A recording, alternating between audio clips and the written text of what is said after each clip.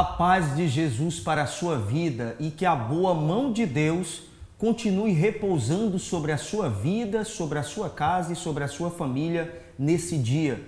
Para mim sempre vai ser um grande prazer estar com você aqui, diretamente dos estúdios da ADC TV, trazendo para você a pré-aula para a classe de jovens. Nós estamos estudando durante todo esse último trimestre de 2024, o quarto trimestre, Alcance um futuro feliz e seguro, Conselhos de Salomão, no livro de Provérbios, um convite à sabedoria e às promessas de proteção. Essa tem sido a temática que nós temos estudado até o prezado momento e certamente extrairemos lições maravilhosas e que trarão nas nossas vidas o embasamento necessário para a nossa vida como servo de Deus, também como ser humano, você como professor, você como aluno que está nos assistindo a partir de agora, eu quero dizer para você que você é um bem-aventurado, certamente o Senhor continuará abençoando a sua vida, prosperando o teu caminho e nós colocaremos a nossa vida em total dependência de Deus. E hoje estaremos estudando a lição de número 3. A lição de número 3 tem um tema bastante sugestivo e importante para os nossos dias atuais, acerca dos nossos pensamentos. Nós iremos já ver. O tema da nossa lição de hoje é um coração protegido. Nós precisamos proteger o nosso coração e nós iremos aprender nessa pré-aula de hoje realmente o que é o coração do ser humano, o que é o coração do servo de Deus, biblicamente falando, acerca das Escrituras Sagradas. Nós iremos entender dentro dessa pré-aula o que significa o coração e como nós precisaremos proteger o nosso coração ao longo dos dias em que estivermos aqui nessa terra. E certamente estou aqui para ajudar você e certamente aprenderemos, teremos lição abençoada hoje para fortalecer a tua vida e para te dar uma direção. Então vamos para cá. Um coração protegido. O texto do dia: sobre tudo que se deve guardar, guarda o teu coração, porque dele procedem as saídas de vida. O nosso coração, prezados alunos e queridos irmãos, é algo importantíssimo diante de Deus. O nosso coração tem a sua representatividade como centro da vontade, das emoções e também do intelecto do ser humano. É no coração onde são formuladas todas as nossas saídas de vida. Os nossos pensamentos, as nossas ações, elas serão balizadas e orientadas a partir do nosso coração, a partir dos nossos pensamentos.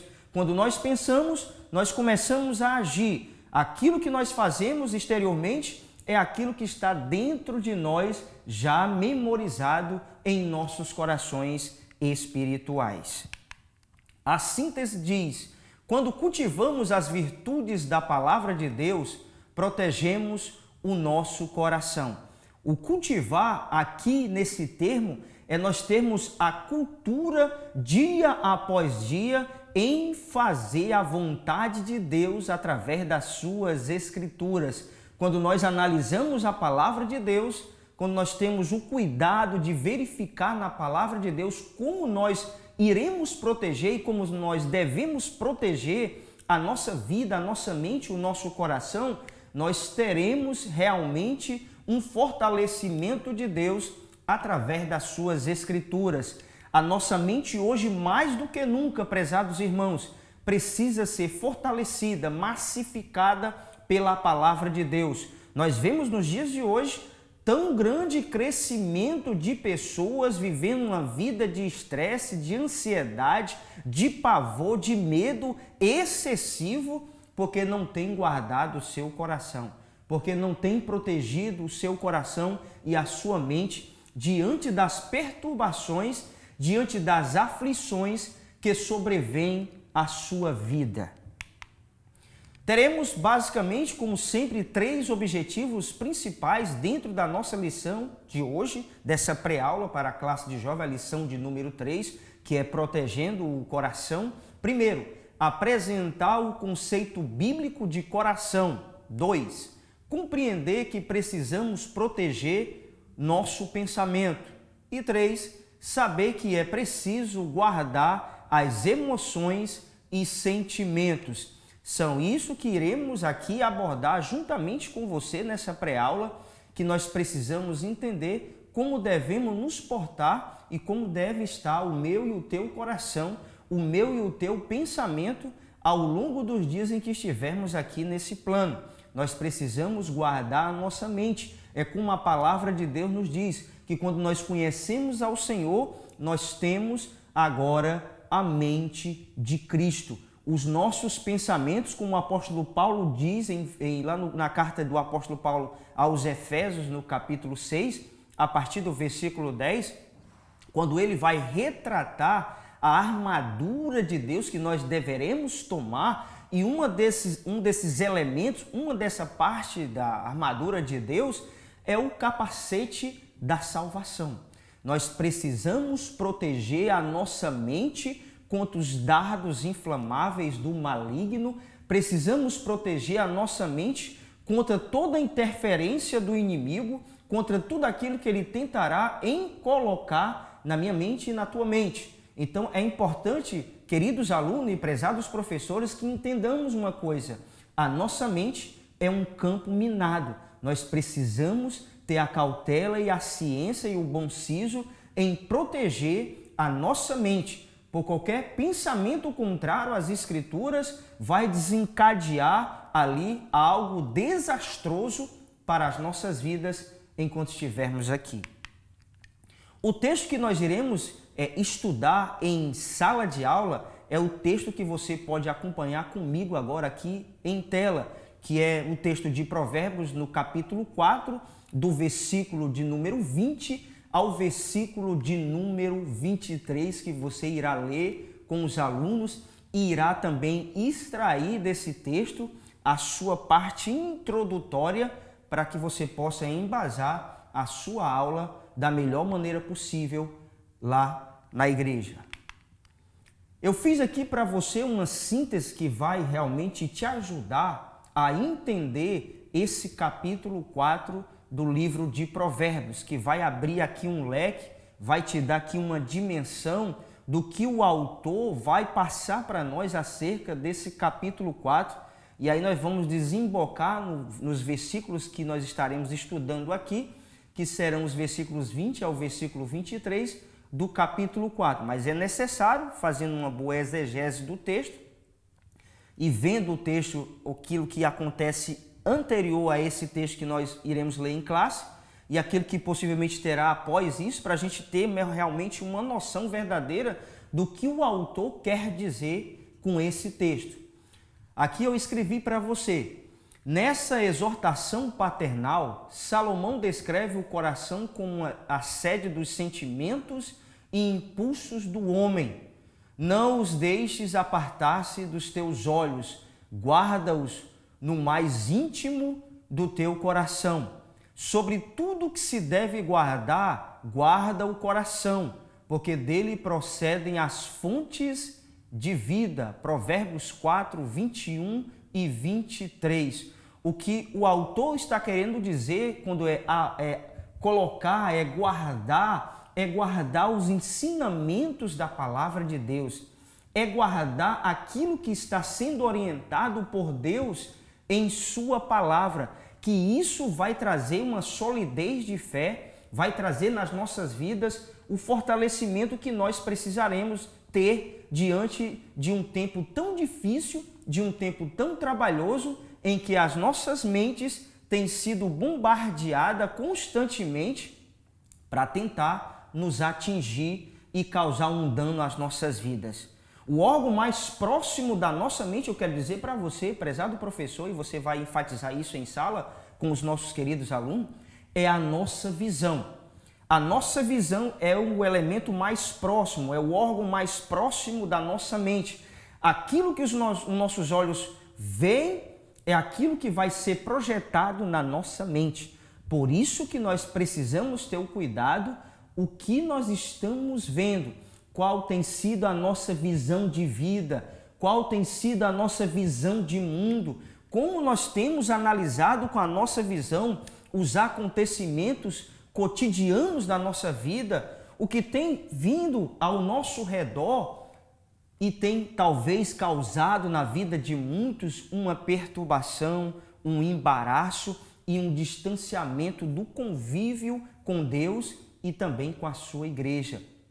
Muitas e muitas vezes os cristãos, ao verem as dificuldades sobrevindo, ao verem situações se alastrando em suas vidas, eles são tendenciosos a deixarem de irem à casa de Deus. Ou seja, a sua visão começa a fazer ali um espelhamento daquilo que vai trazer na sua mente um problema, um atrofiamento espiritual e que poderá o matar no decorrer da sua caminhada. A morte espiritual na vida de um cristão, ela não acontece do dia para a noite, é algo progressivo. O cristão precisa ocupar sua mente, precisará ocupar o seu coração com a palavra de Deus e com as orientações que Deus dá através da mesma. A verbalização das palavras são oriundas do nosso pensamento, ou seja, do nosso coração. Por isso, o evangelista Lucas se pronuncia acerca desse tema em seu livro. Em Lucas 6,45 o texto diz: o homem bom do bom tesouro do coração tira o bem, e o mal do mau tesouro tira o mal, porque a boca fala do que o coração está cheio. É isso que eu estou dizendo para você. Tudo aquilo que é verbalizado por nós, tudo aquilo que é dito, que é pronunciado por mim e por você, é porque já foi mentalizado, já está na nossa mente, já está no nosso coração. É por isso que nós devemos guardar o nosso coração em Deus. Nós precisamos fazer como o salmista no Salmo 119, versículo 11. Nós temos que esconder a palavra de Deus no nosso coração. Quando isso acontece, todo o nosso ser estará protegido.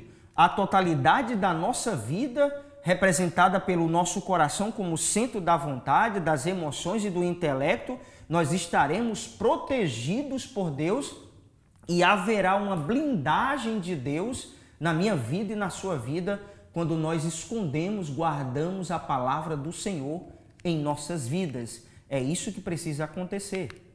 A introdução diz: nesta lição abordaremos o conceito bíblico de coração e como podemos protegê-lo. Estudaremos a amplitude do termo com o objetivo de responder como podemos atender ao apelo desta lição: proteger o coração. O tópico 1, o conceito bíblico de coração. Subtópico 1 diz: compreendendo Provérbios 4. Vemos aqui nesse capítulo a transmissão de sabedoria de um pai aos filhos, dos versos 1 ao 9. Aqui vemos termos como instrução, entendimento, boa doutrina, ensino, sabedoria, honra. Dos versículos 10 ao versículo 19, vai nos mostrar decisão e escolha entre caminhos. Dos versos 20 ao 27, um apelo à pureza do coração. Vemos que atualmente é impossível e inevitável aos filhos de Deus não entrarem em contato com os ímpios. Enquanto estivermos nesse mundo, precisamos ser referência para uma sociedade marginalizada e distante dos princípios e valores cristãos. Em Mateus capítulo 5, o versículo 13 e o versículo 14 vai dizer para nós, eu apenas coloquei aqui a parte inicial dos versículos, que diz: vós sois o sal da terra e vós sois a luz do mundo.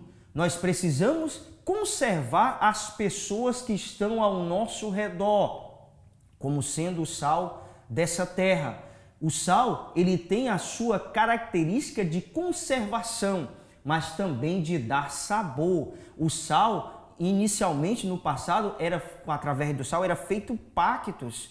Também servia de pagamentos. É por isso que aí advém a palavra salário. A palavra salário, do seu original, salarium, vem da palavra sal. Ou seja, nós como cristãos temos que ter esse valor importantíssimo nas nossas vidas e termos a nossa vida conservada por Deus, a nossa vida de conservação. E nós, como luz nesse mundo, nós precisamos ser uma referência, um referencial, um luzeiro nesse mundo de treva. As pessoas precisarão ver em mim e em você a diferença que serve e o que não serve ao Senhor. Aqueles que têm uma vida alicerçada por Deus, através da sua palavra, e aqueles que não têm ainda a sua vida regrada pelo conhecimento da palavra de Deus. Será impossível nós vivermos nesse mundo e não termos um contato com outras pessoas ímpias ou não. Nós precisamos, onde quer que estejamos, proteger a nossa mente, proteger o nosso coração, mas termos uma vida de referência para que as outras pessoas possam ver em mim e você uma diferença, um prazer e uma alegria em servir ao Senhor. Nós precisamos fazer o nosso dever de casa, é sermos realmente servos de Deus, autênticos e genuínos servos de Deus em um mundo tão tenebroso que nós estamos vivendo. Subtópico 2, o coração. Essa palavra no hebraico é traduzida e traz um significado amplo que engloba a totalidade mental e o interior do ser humano. Também é o lugar de processamento dos pensamentos de uma pessoa, o local onde residem as emoções do ser humano. Em Deuteronômio 6,5 o texto diz: amarás, pois, o Senhor, o teu Deus, de todo o teu coração, de toda a tua alma e de toda a tua força. O coração representa a totalidade do ser de uma pessoa, refletindo em seus pensamentos, emoções e vontades. Eu quero dizer uma coisa importante aqui para vocês. Eu quero abrir aqui esse primeiro parêntese e dizer uma coisa interessante para vocês. Nós vemos cotidianamente em muitas pessoas, e até cristãos também, pessoas cristãs, dizerem o que importa é o coração. Mas quando essas pessoas dizem o que importa é o seu coração, eles estão querendo camuflar a sua vida libertina, muitas vezes, a sua vida afastada dos princípios de Deus, e dizer o que importa é o que está dentro dela. O homem não tem poder de ver o que está dentro da pessoa, só Deus. Nós, como servo de Deus, nós precisamos ter uma vida condizente com aquilo que nós falamos. O nosso Deus vê o coração, é bem verdade isso. Ele vê o meu e o teu coração. Mas o nosso coração, quando é transformado, a nossa mente, quando é transformada, vai transparecer para o nosso exterior.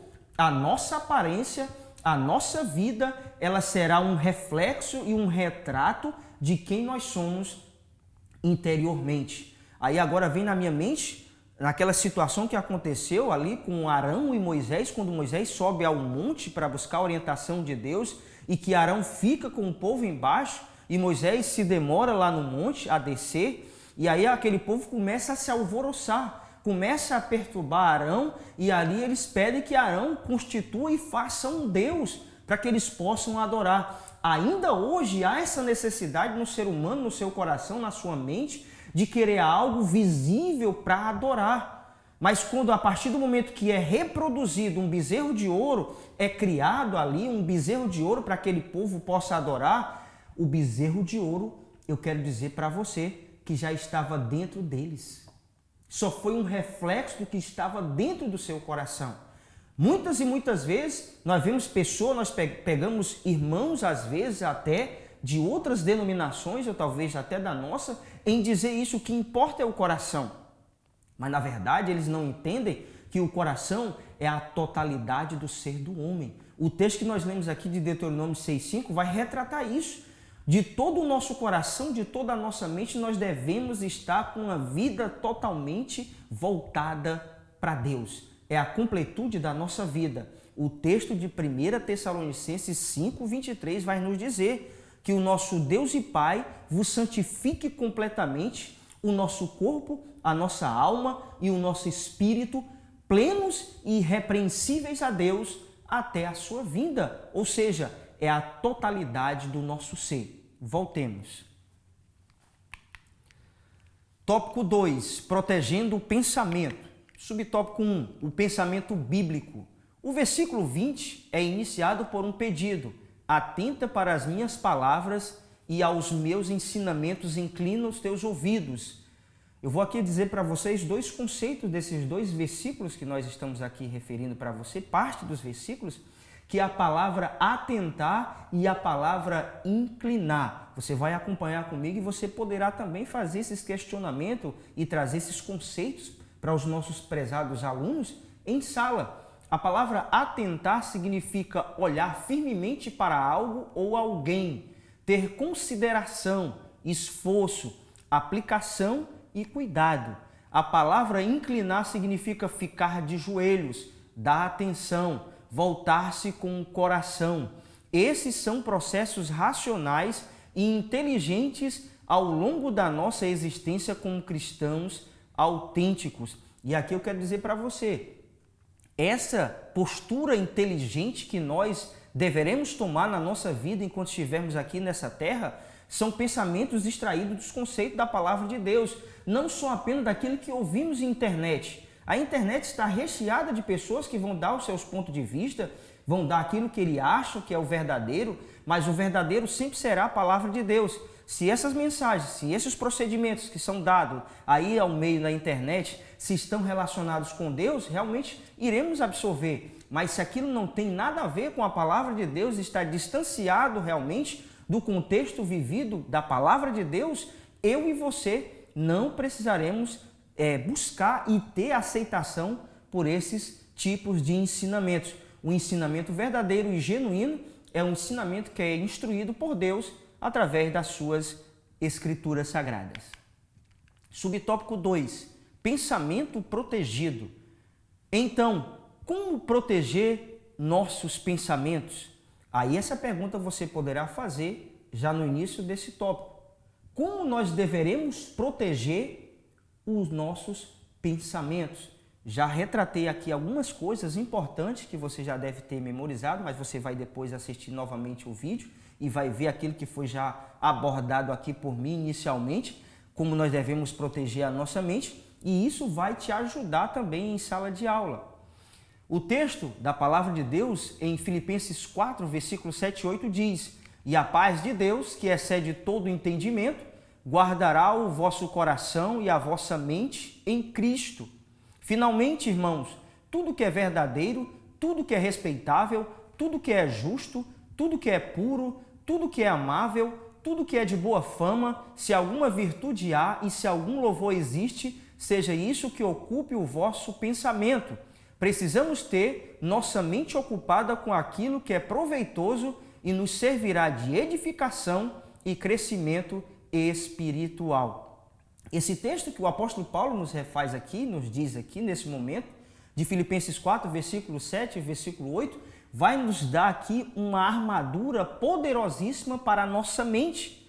Diante de tantos problemas existentes, diante de tantas situações adversas que o nosso adversário, o nosso inimigo, tem tentado contra as nossas vidas hoje, mas de forma interior, mas dentro do homem, hoje o inimigo ele tem agido de uma forma sorrateira dentro da mente, lançando pensamentos contrários, usando pessoas para que assim aconteçam nas nossas mentes pensamentos e que possam ocasionar nas nossas vidas um problema. A primeira coisa que nós deveremos analisar dentro desse texto é que o verdadeiro cristão, em meio às adversidades da vida, a paz do Senhor estará no seu coração e na sua mente.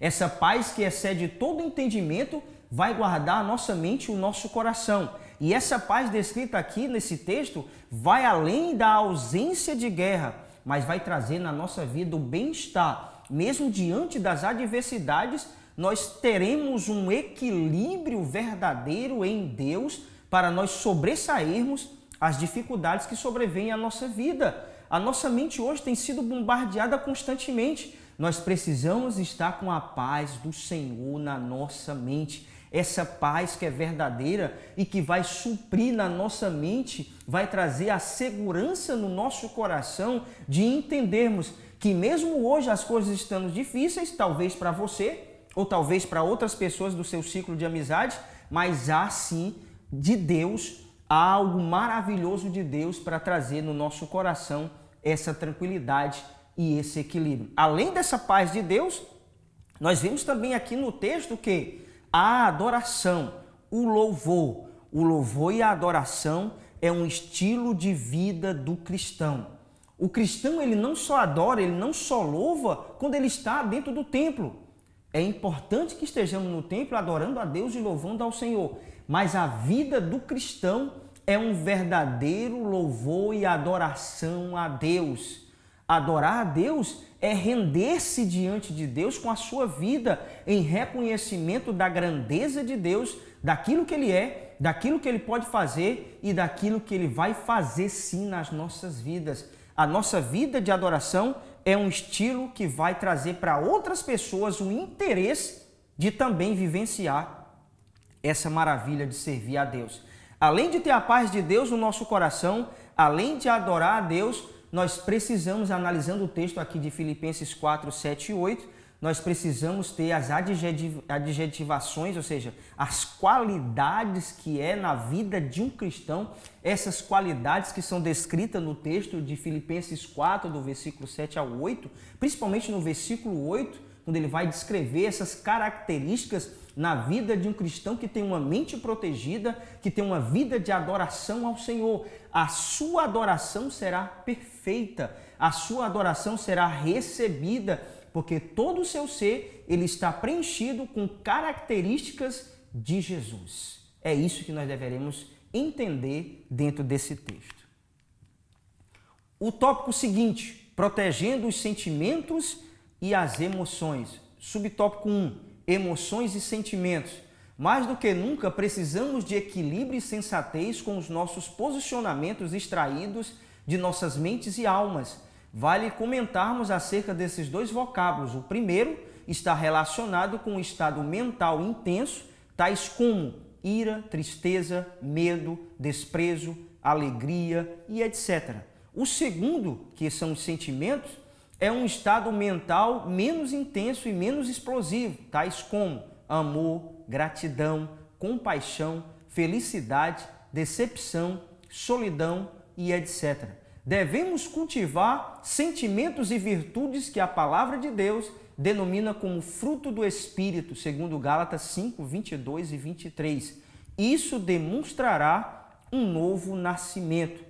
Isso verdadeiramente irá mostrar o nosso novo nascer em Deus, a nossa vida transformada, a nossa vida restaurada pelo poder do Evangelho de Jesus.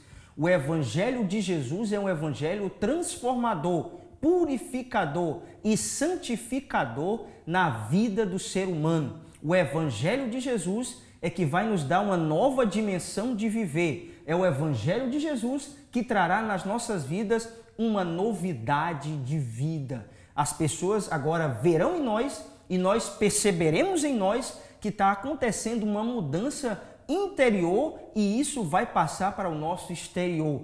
A nossa vida de alegria e paz, a nossa vida de confiança e todas as características de um verdadeiro servo de Deus e serva de Deus que tem como Senhor o seu alicerce de vida.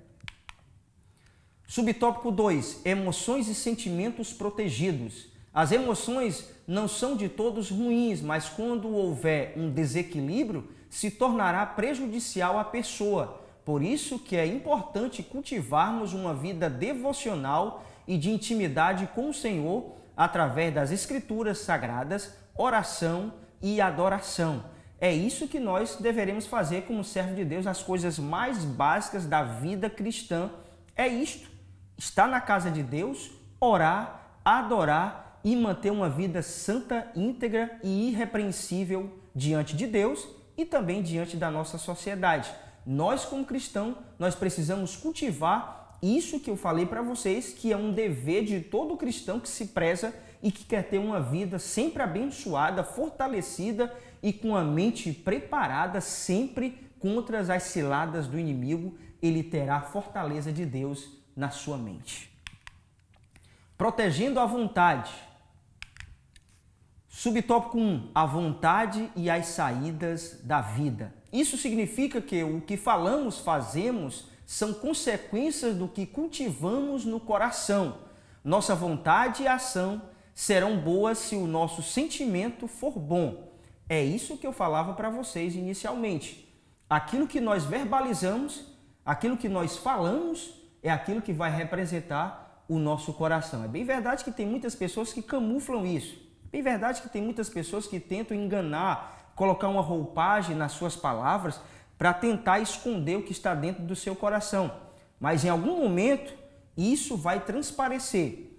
Quando aquela pessoa ela for realmente colocada diante de uma situação muito adversa, ela vai demonstrar como está o seu coração.